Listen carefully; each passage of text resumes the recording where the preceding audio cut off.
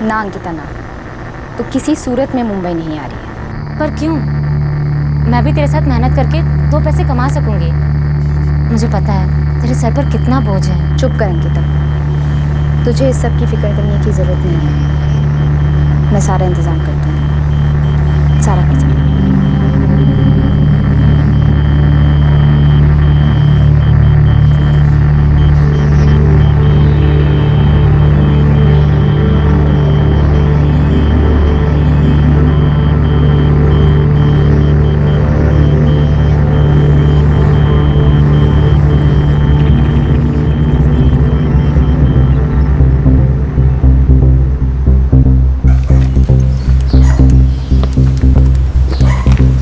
मुझे मेरे 75,000 आज ही चाहिए। वो सब मैं नहीं जानती, मुझे मेरे पैसे चाहिए बस। मैं आज ही आ रही हूँ लेने।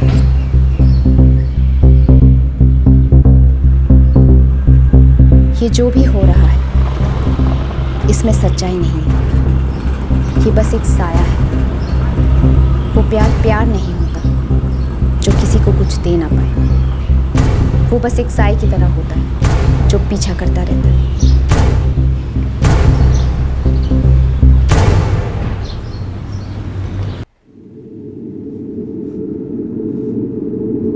साहब, मैंने भरी बोरी देखी, मन में लालच आया, सोचा भंगार होगा तो बेचूंगा, ज़्यादा पैसा मिलेगा, इसलिए मैं बोरी की तरफ बढ़ा।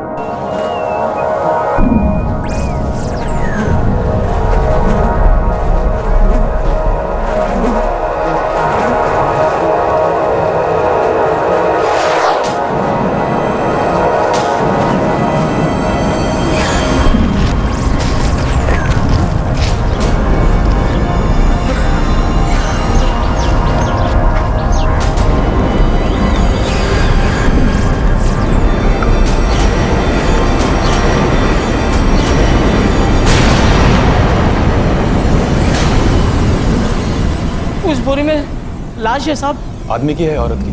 औरत की।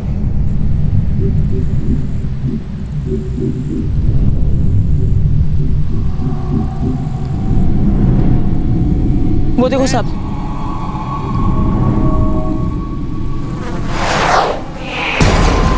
मोरे, खोलो गठरी।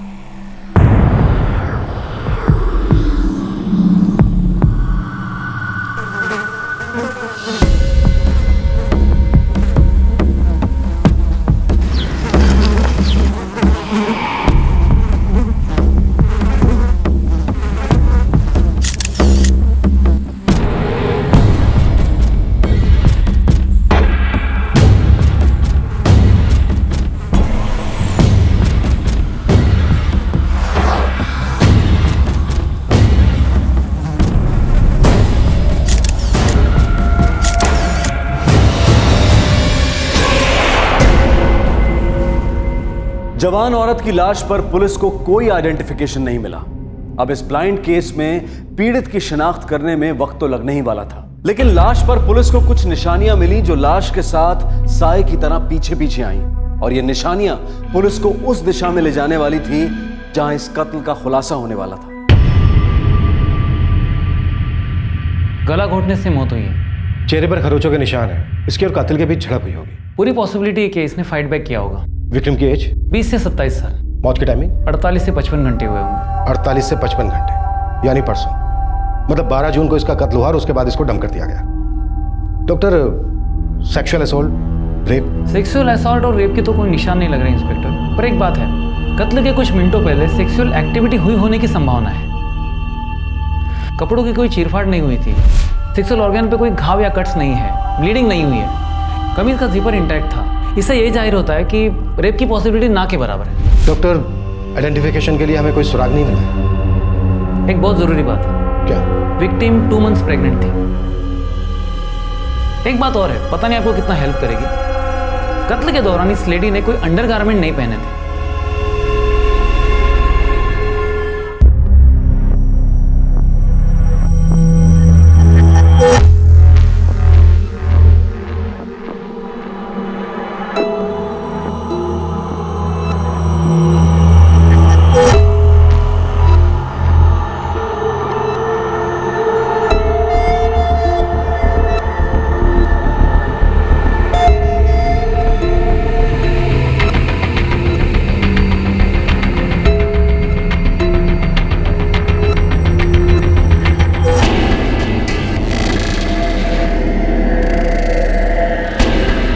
लाश को मिले 3 दिन हो गए सर, अभी तक खाता नहीं खुला। सारी मिसिंग कंप्लेंट छान मारी? हाँ सर, कुलाबा से लेकर विरार तक, CST से लेकर कल्याण, करजत, कहीं से कुछ नहीं मिला सर। 20 से 27 साल की लड़की थी और 2 महीने की प्रेग्नेंट।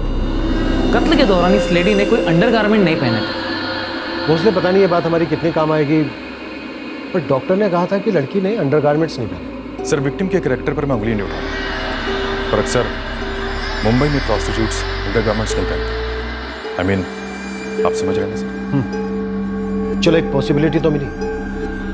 भोसले इसी दिशा में जांच शुरू करते हैं। लाश ने अपने आप एक सुराग, एक निशानी दे दी थी और ये सुराग लाश की शिनाख्त में अहम साबित हुआ। साहब एक बाय डांसर है पहचान की, मालती। मैंने उसको डेड बॉडी की फोटो दिखाई। अरे मैंने तो ऐसी गुगली मार दी साहब और हाथ में विकेट आ गया। ये मालती बाड़न सर, क्या वो विक्टिम को जानती थी? नहीं साहब, वो उसको जानती तो नहीं थी, लेकिन मालती बोली कि उसने देखा है पहले उसे। मैं अक्षरा बार में वेट्रेस हूँ सर। इसे देखा कभी अक्षरा बार में? नहीं सर, मुलुंड में होटल रेड प्लाजा है, वहाँ देखा।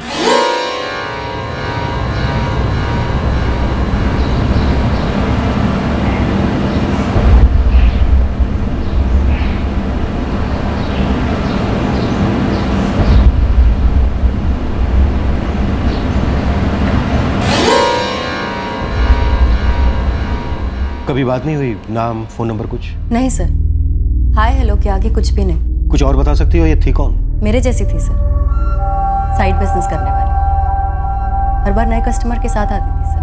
भोसले, पहले ऐसा मैं लगा था कि शायद चांदनी प्रोस्टिट्यूशन में थी, लेकिन अब कंफर्म।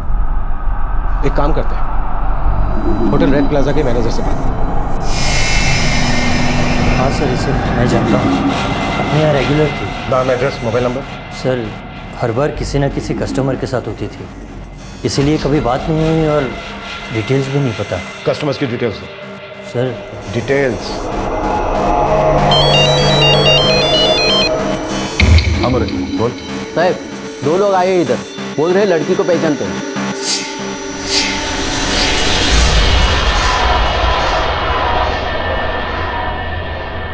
राजस्थान से हैं सर। लेकिन है कौन? रमन परमार और सावित्री परमार, उन्होंने लड़की का पोस्टर देखा था। रिश्तेदार हैं क्या?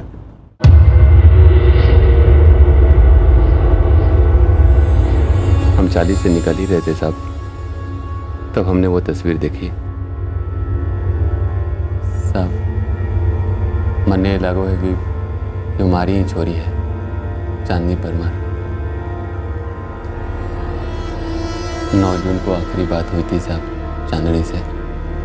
मैंने उसे बताया कि हम लोग मुंबई आ रहे हैं। जब यहाँ घर पहुँचे तो तालों लगो थे साहब, 3 दिनों से लगो है तालों। हम तो हताश होकर अपने गांव जा रहे थे साहब, राजस्थान। तभी ये हमारी लुगाई है, चांदनी की माई, इसकी नज़र उस तस्वीर पे पड़ी और फिर हम लोग यहाँ चले आए साहब। भोसले, शराब करो।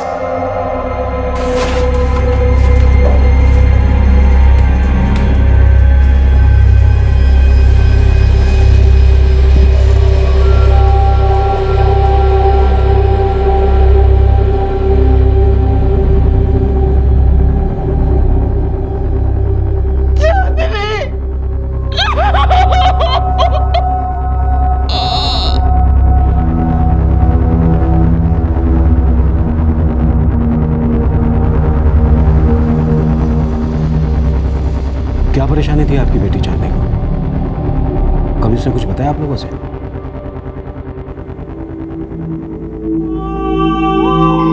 माँ भी आ रही है क्या बापू? हाँ हाँ, तेरी माई ही तो आने की जिद कर रही है। वैसे तू कैसी है? अच्छी हूँ, आप लोग आओगे तो कुछ दिन और अच्छी रहूँगी। अंकिता, तू सब कुछ संभाल तो लेगी ना यहाँ अकेले?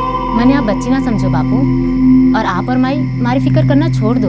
बे बावड़ी, तू बच्ची ना है, तभी तो फिक्र करते हैं।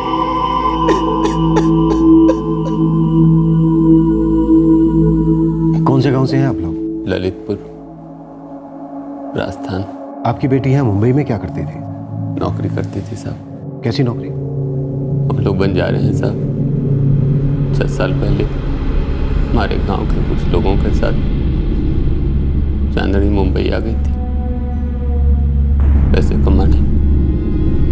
मजबूरी थी साहब, हमारी तबीयत बहुत खराब थी। गरीबी के मारे घर में 2 वक्त की रोटी भी ना पक रही थी। रमन जी, आप हमें चांदनी का मोबाइल नंबर दीजिए।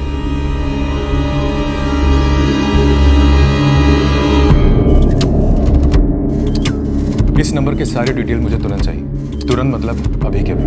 साहब, चांदनी ने तो हमें कभी कुछ ना बताया कि उसे क्या तकलीफ थी। हमें ना है पता साहब।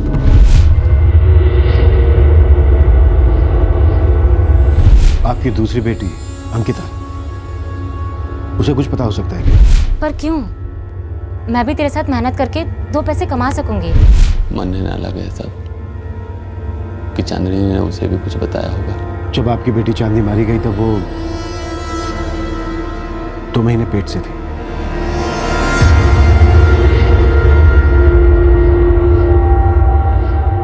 रमन जी, सावित्री जी, जब तक हमारे हाथ कोई सुराग नहीं लग जाता तब तक आप लोग मुंबई में ही रहिए। और कल दोपहर तक आपकी बेटी चांदनी का शव आप लोगों को सौंप दिया जाएगा। यह केस अब एक ब्लाइंड केस नहीं रहा था। लाश चांदनी परमार नाम की एक 24 वर्षीय औरत की थी। चांदनी के गरीब माँ बाप राजस्थान में रहने वाले बंजारे थे, जो शायद ये नहीं जानते थे कि चांदनी इस व्यवसाय में थी, और ये भी नहीं जानते थे कि चांदनी 2 महीने प्रेग्नेंट थी। चांदनी रहस्य के बादलों में छुपी थी, और ये बादल और घने होते गए। मोरे, ताला तोड़ो। जी सर।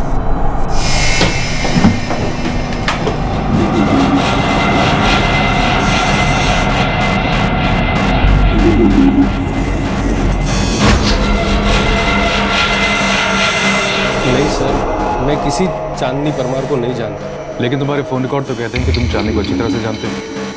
कम से कम 20 एक बार फोन कॉल हुए हैं तुम्हारे और चांदनी के बीच। ये सर, ये तो प्रियंका है, और इससे पहले इसने कभी अपना नाम चांदनी परमार नहीं बताया। ये हमेशा अपने आप को प्रियंका बताती थी। और हाँ सर, इसके साथ कई बार मैं बैठा हूँ। अच्छा, चांदनी था उसका नाम? मैंने तो कभी पूछा नहीं, और वो मुझसे कभी बात भी नहीं करती थी। कोई तो होगा जिससे वो बात करती होगी। पता नहीं साहब, वैसे तो वो 6 साल से यहाँ रहती थी, पर अपने में खोई रहती थी, किसी से घुलती मिलती नहीं थी। भगोरे साहब, ये प्रियंका है, ये धंधा करती है। मैं खुद इसके साथ गया है 3-4 बार होटल रेड प्लाजा में। क्या? ये क्या कह रहे हो बापू? मन ने कुछ भी पता ना है अंकिता। 5 दिन पहले यहाँ की पुलिस को थारे बहन की लाश मिली है। बापू, दीदी ने तारे को कुछ बताया था क्या? कि परेशानी थी उसको? ना उसने मन ने कुछ बताया, और ना ही थारी माई को।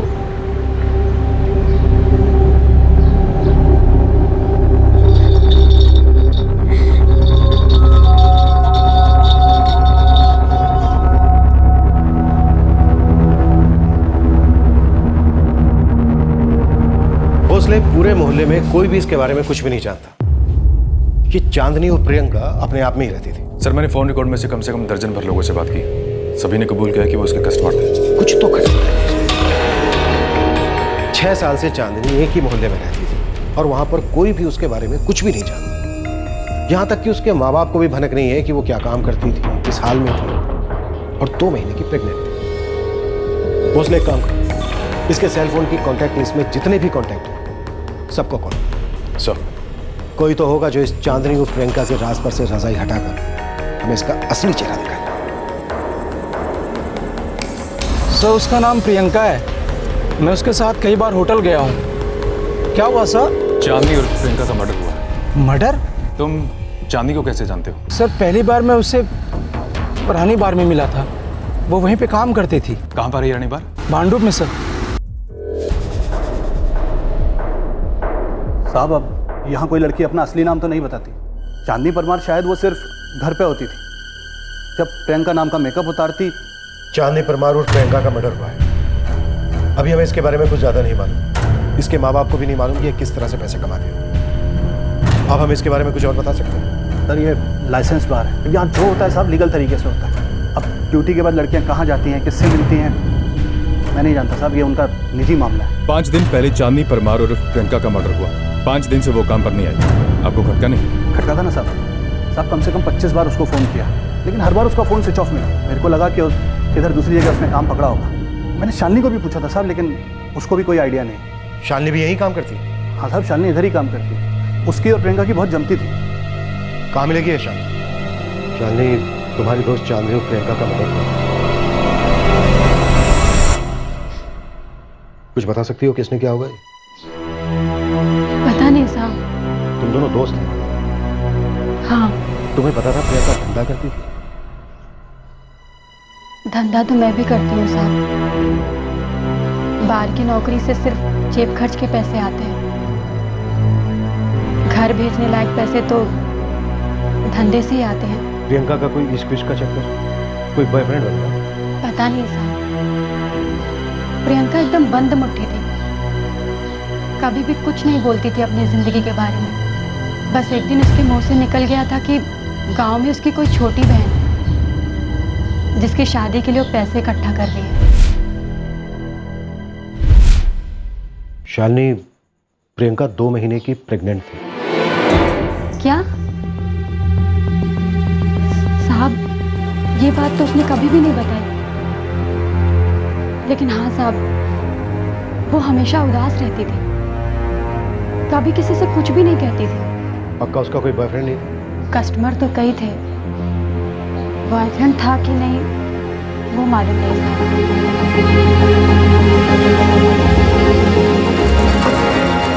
6 साल पहले एक लड़की मुंबई आती है, प्रोस्टिट्यूशन में दाखिल होती है, राजस्थान में अपने गरीब माँ बाप को पैसे भेजती है, फिर उसका मर्डर हो जाता है, और वो भी तब जब वो 2 महीने की प्रेग्नेंट होती है।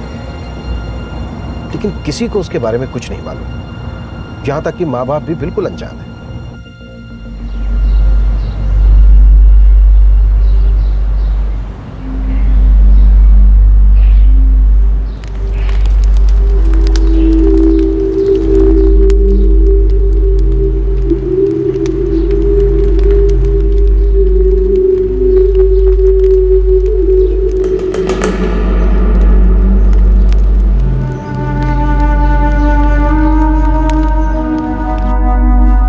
हो सकता है इसके माँ बाप को जानते हो, लेकिन हमें बताना नहीं चाहते। सर, ये रमन और सावित्री परमार चांदनी से मिलने मुंबई आए और उसी वक्त चांदनी का कत्ल हुआ जब चांदनी प्रेग्नेंट थी।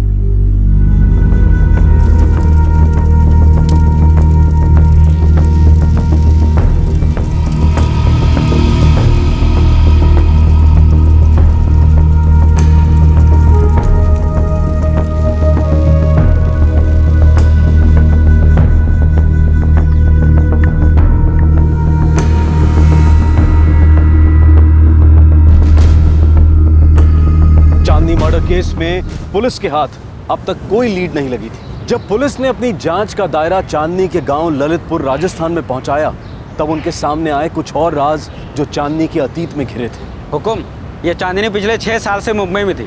इसकी एक छोटी बहन है अंकिता, जिसका लगन तय हो गया है। वेल जी, चांदनी के माँ बाप यहीं पर हैं और हमें सब कुछ बता चुके हैं। तुम हमें वो बताओ जो वो लोग नहीं जानते या हमें बताना नहीं चाहते। हुकुम, परमार के घर एक 2 साल की बच्ची है, पर वो अंकिता की तो ना है। तो फिर किसकी है वेल जी? किसी को नहीं पता हुकुम। मन्ने ना पता साहब, वो बच्ची किसकी है? पिछले 2 साल से तुम दोनों और अंकिता मिलकर एक बच्चे की परवरिश कर रहे हो और हमसे कहते हो कि तुम्हें ये नहीं मालूम वो बच्ची किसकी है। चलो, अब वक्त आ गया, जो भी सच है हमें वो बताओ।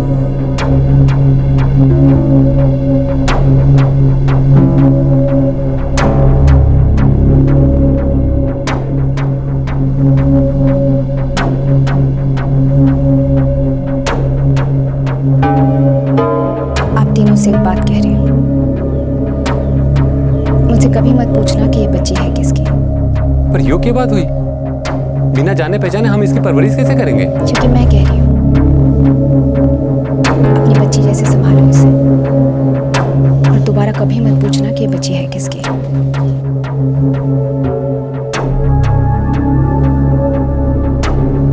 तुम्हारी बेटी तुम्हारे पास एक बच्ची छोड़कर जाती है परवरिश के लिए, और तुम उससे पूछते तक नहीं कि वो बच्ची किसकी है।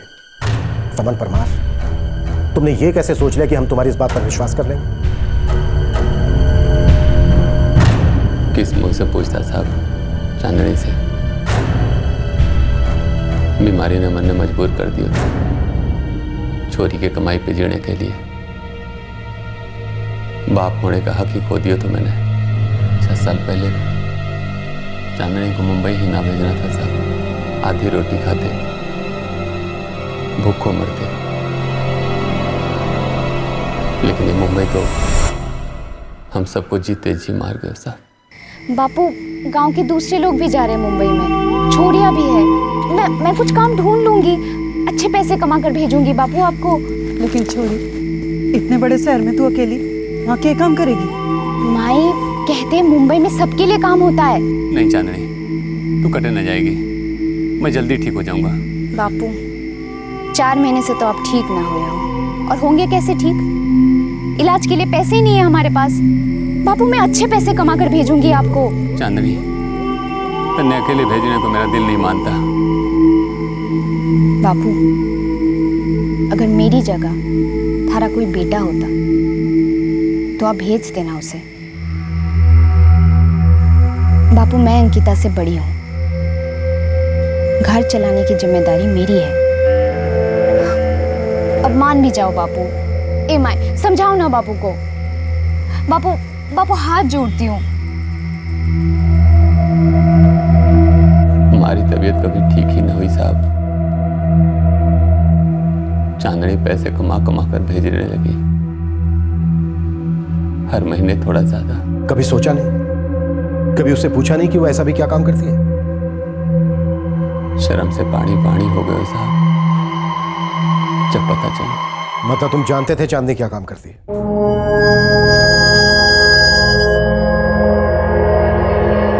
चांदनी, तेरे भेजे हुए पैसे बहुत काम आ रहे हैं हमारे। माई, बस तू बच्ची का ख्याल रख, और बापू का इलाज कभी मत रोक। छोरी, शर्म से गर्दन झुकती है हमारी। थारे हाथ पीले करने के बजाय थारी कमाई पे जी रहे हैं। माई, तू बस अंकिता के ब्याह का सोच। मेरा ब्याह तो अब होने से रहा। क्यों? ऐसा क्यों कह रही है? मुझसे अब कौन ब्याह करेगा माई? क्यों? क्या कमी है थारे में? पूछ मत माई, ये शहर है ही बड़ा खराब। खराब है तो वहाँ 1 साल से क्या कर रही है? पता है, थारी बहन अंकिता भी थारे पास आकर तारा हाथ बटाने की बात कर रही है। कभी नहीं माई, कभी नहीं। चांदनी, ओ चांदनी, तो वहां कोई गलत काम तो ना कर रही है ना? चांदनी, जवाब दे हमारी बात का। गलत तो सिर्फ पहले 2-4 बार लगा था, अब सही सिर्फ पैसा लगता है, बाकी कुछ सोचती तक नहीं।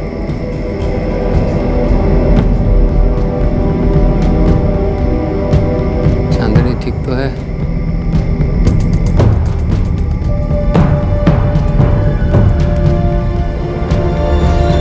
चांदनी भाई,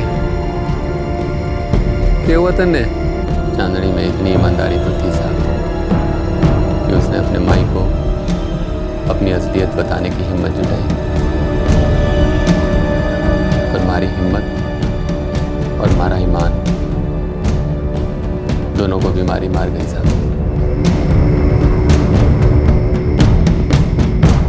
सुनकर मैं अंदर से चूर चूर हो गया था साहब, पर मैंने उसे रोका नहीं। हमारा स्वार्थ हमारे ऊपर हावी हो गया था साहब।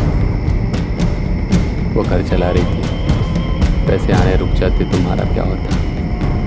आदत हो गई थी साहब उसके पैसों की, आदत हो गई थी। हम जानते थे साहब कि वो यहाँ क्या काम करती थी। हम यो भी जानते थे कि वो अंकिता को यहाँ क्यों नहीं बुलाना चाहती थी। चांदनी ने जो बच्चा दिया था तुम्हें परवरिश करने के लिए, तुम सच में उस बच्चे के बारे में कुछ नहीं जानते?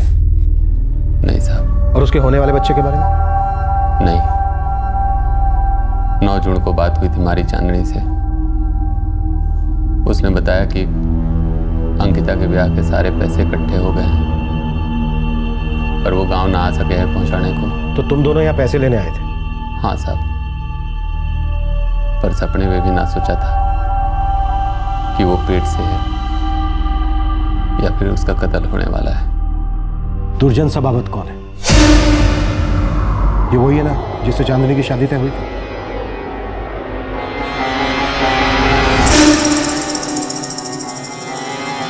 हुकुम, परमार के घर से उस बच्ची के अलावा एक और काम की बात पता चली है। कैसी काम की बात है? 7 साल पहले इस चांदनी का लगन होने जा रहा था दुर्जन सबावत के साथ।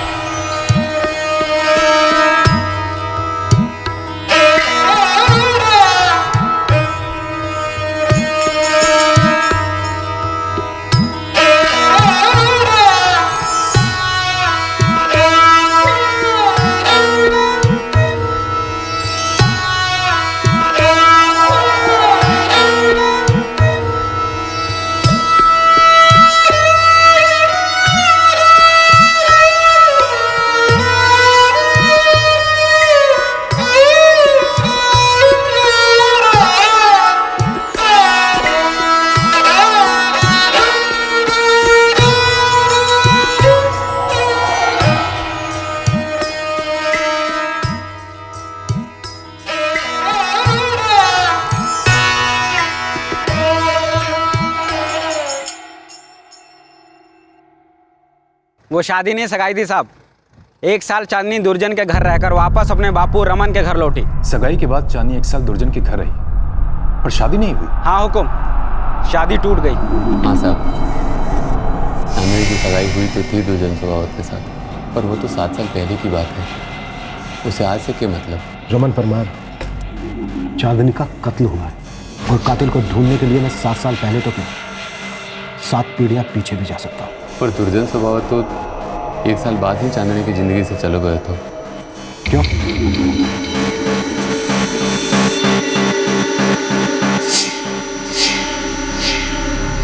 सुन भाई कमलेश, सौदा 1.5 का पक्का हुआ था, उसमें मैं 1 फुट की कौड़ी भी कम ना करूंगा। लेकिन रमन भाई, बात तो ठीक है थारी, और फिर हमने भी तो सामने से 50 दिए थे ना। अब हमारी ताकत ही नहीं है तो क्या करें? क्या करेंगे? क्या मतलब? ये तो सीधा सीधा धोखा है ना। ये धोखा ना है, सच्चाई ये है हमारा बुरा वक्त चाले है। पर अच्छी बात यह है कि 1 साल में आपकी चांदनी हम सबके साथ खूब घुल मिल गई है और दुर्जन और चांदनी में भी खूब जमे हैं। रमन भाई साहब, अब मान भी जाओ। अरे सवाल ही नहीं उठता। मैं अपनी छोरी के लिए दूसरा दूल्हा ढूंढूंगा या फिर बिन ब्याह है सारे जीवन घर में बिठा के रखूंगा। लेकिन एक बात तो तय है कि अब हमारी छोरी तेरे बहन के घर में नहीं जाएगी। लेकिन भाई साहब, बिरादरी में बात फैल जाएगी। तो ये बात भी तो फैलेगी कि सगाई के वक्त इन्होंने 1.5 लाख का सौदा किया, 1 साल तक बिटिया को बैठा के घर में रखा और अब शादी के वक्त मुकर रहे हैं। ना भाई ना, मैं ये सगाई अभी के अभी तोड़ रहा हूं। और एक बात और कान खोल के सुन लो, मैं अपनी छोरी की शादी इस दुर्जन के साथ तो कभी न करूंगा।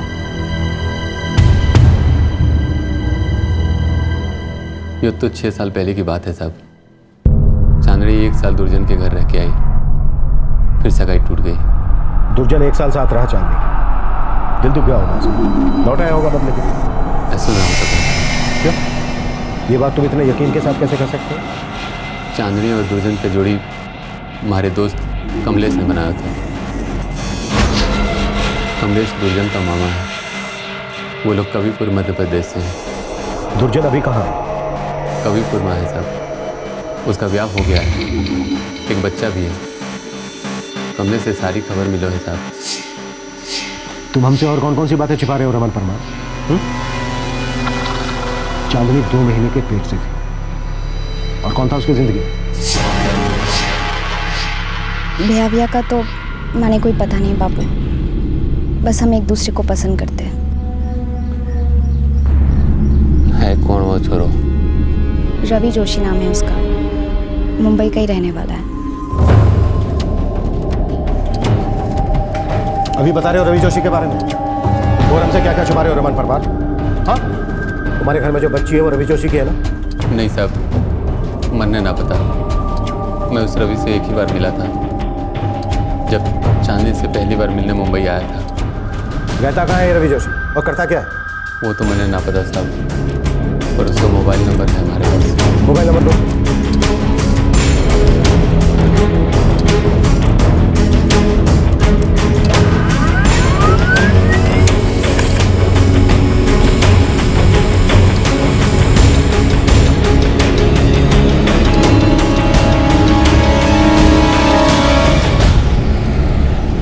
चांदनी के बाबू, क्या ऐसी कोई और बात है जो सिर्फ आप जानो और मैं नहीं? ना। वो बच्ची किसकी है? सावित्री। जितना तन्ने पता है उतना ही मन ने भी, और कुछ भी ना।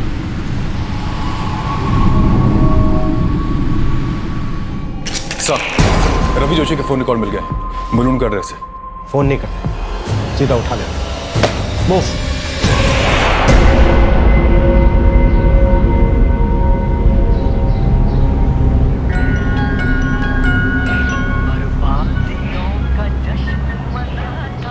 दुर्जन सभावत? हाँ बिल्कुल जानता हूँ दुर्जन को। घर कहाँ पड़ता है इनका? ये गली देख रहे हैं आप? हाँ। इसमें चौथा मकान है उनका। अच्छा, और कौन कौन रहता है साथ में उनके? दुर्जन की पत्नी शारदा, उसका बेटा रोहित और बूढ़े माँ बाप। अच्छा ठीक है, एक चिप्स दे दीजिए 5 वाला। हाँ।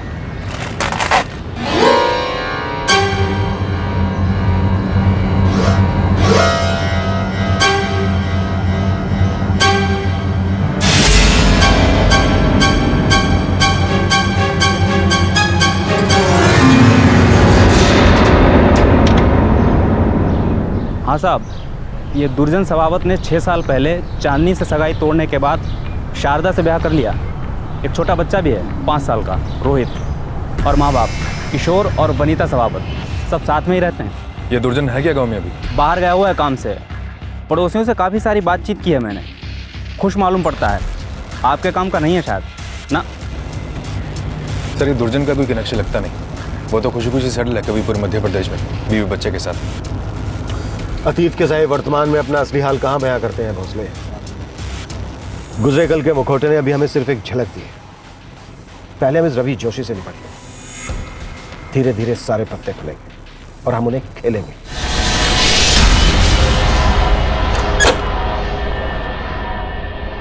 नमस्ते साहब। साहब क्या हुआ? तू रवि जोशी है? हाँ साहब, पर हुआ क्या? चांदनी परमार को तूने क्यों मार डाला? कौन चांदनी परमार साहब? चांदनी परमार, प्रियंका का असली नाम। प्रियंका? चल।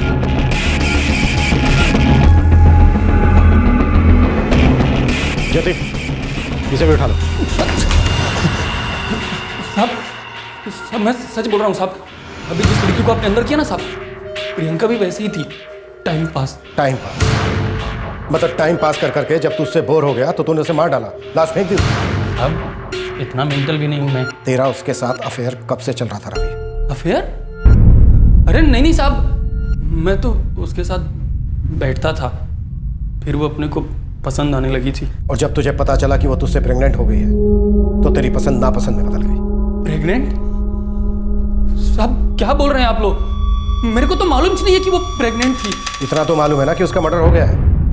पोस्टर देखा शहर में, काफी दुख हुआ। अगर तुझे सच में दुख होता तो तू सबसे पहले पुलिस स्टेशन में आता, कुछ पूछने, कुछ बताने। मैं जानबूझ के सुमड़ी में बैठा था, क्योंकि मेरे को मालूम था अगर मैं सामने आया तो सारे थप्पड़ मेरे को ही पड़ेंगे। कोई बिना गलती के तुझे थप्पड़ क्यों मारेगा? हाँ साहब, मैं जानता था वो क्या काम करती थी।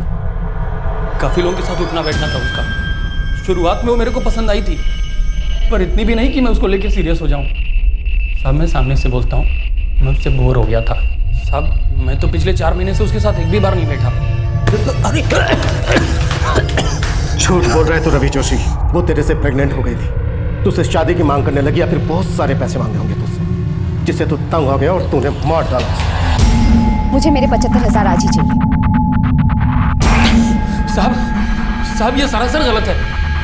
मैं तो काफी टाइम से उसका फोन उठाता ही नहीं साहब। ये देखो मैंने उसका नंबर किस नाम से सेव किया है, सरदर्द।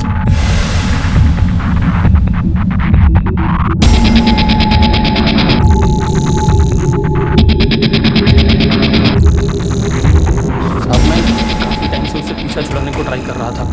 मैंने तो 4 महीना पहले से उसका फोन उठाना बंद कर दिया था और 2 महीने से उसने भी मैसेज वगैरह से बंद कर दिया। मेरे को लगा चलो बला टेक।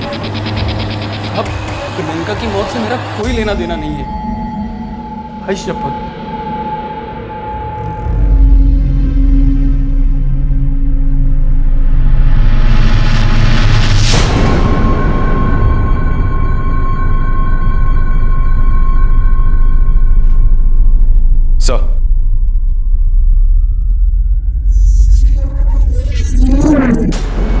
सर, जो नंबर इसने सरदार के नाम से सेव कर रखा था वो चांदनी के नंबर से अलग है।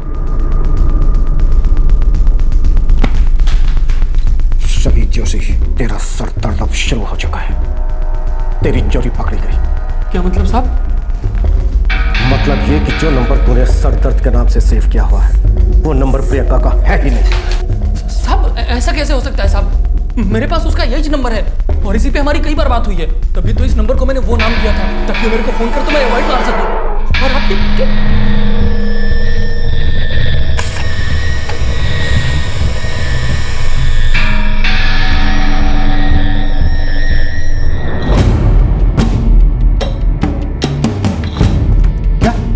हाँ सर, ये नंबर, ये सरदर्द वाला जो रवि के हिसाब से चांदनी और प्रियंका का है, वो नंबर दुर्जन सभावत के नाम से रजिस्टर्ड है सर। दुर्जन सभावत मतलब सगाई टूटने के बाद भी इसका चांदनी के साथ कोई ना कोई रिश्ता जरूर रहा।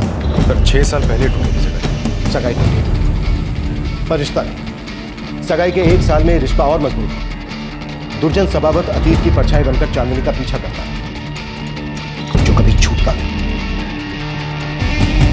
दुर्जन सभावत का नाम सामने आने से चांदनी परमार और प्रियंका के कत्ल का केस सर के बल उलट गया। दुर्जन चांदनी का 6 साल पुराना अतीत था, एक साया था बीते दिनों का जिसने चांदनी के वर्तमान में अपना चेहरा दिखाया था। लेकिन सगाई टूटने के 6 साल बाद भी इस रिश्ते की ऐसी कौन सी डोर थी जो अभी तक टूटी नहीं थी। दुर्जन और चांदनी एक ऐसी बिरादरी को बिलोंग करते थे जहां वर की फैमिली वधू की फैमिली को दहेज देती है। दुर्जन से सगाई के बाद रिवाज के मुताबिक चांदनी 1 साल तक ससुराल में रही, लेकिन जब दुर्जन के परिवार वाले दहेज की बाकी की रकम अदा नहीं कर पाए तब चांदनी के पिता रमन परमार ने चांदनी और दुर्जन की सगाई तोड़ दी। चांदनी की मौत का रहस्य और गहरा होता जा रहा था और उतनी ही रहस्यमयी होती जा रही थी उस 2 साल की बच्ची की पहचान और मर्डर के वक्त चांदनी की प्रेगनेंसी। चांदनी ने अपने माँ बाप के पास किसका बच्चा रखा था और आखिरकार मरते वक्त वो किसके बच्चे की मां बनने वाली है। इस बेहद दुखद और चौंकाने वाले केस का दूसरा और आखिरी भाग हम आपको दिखाएंगे कल रात 11 बजे। आपसे फिर मुलाकात होगी क्राइम पेट्रोल सतर्क में। तब तक अपना ख्याल रखें, सुरक्षित रहें और याद रखें, हम जो सोचते हैं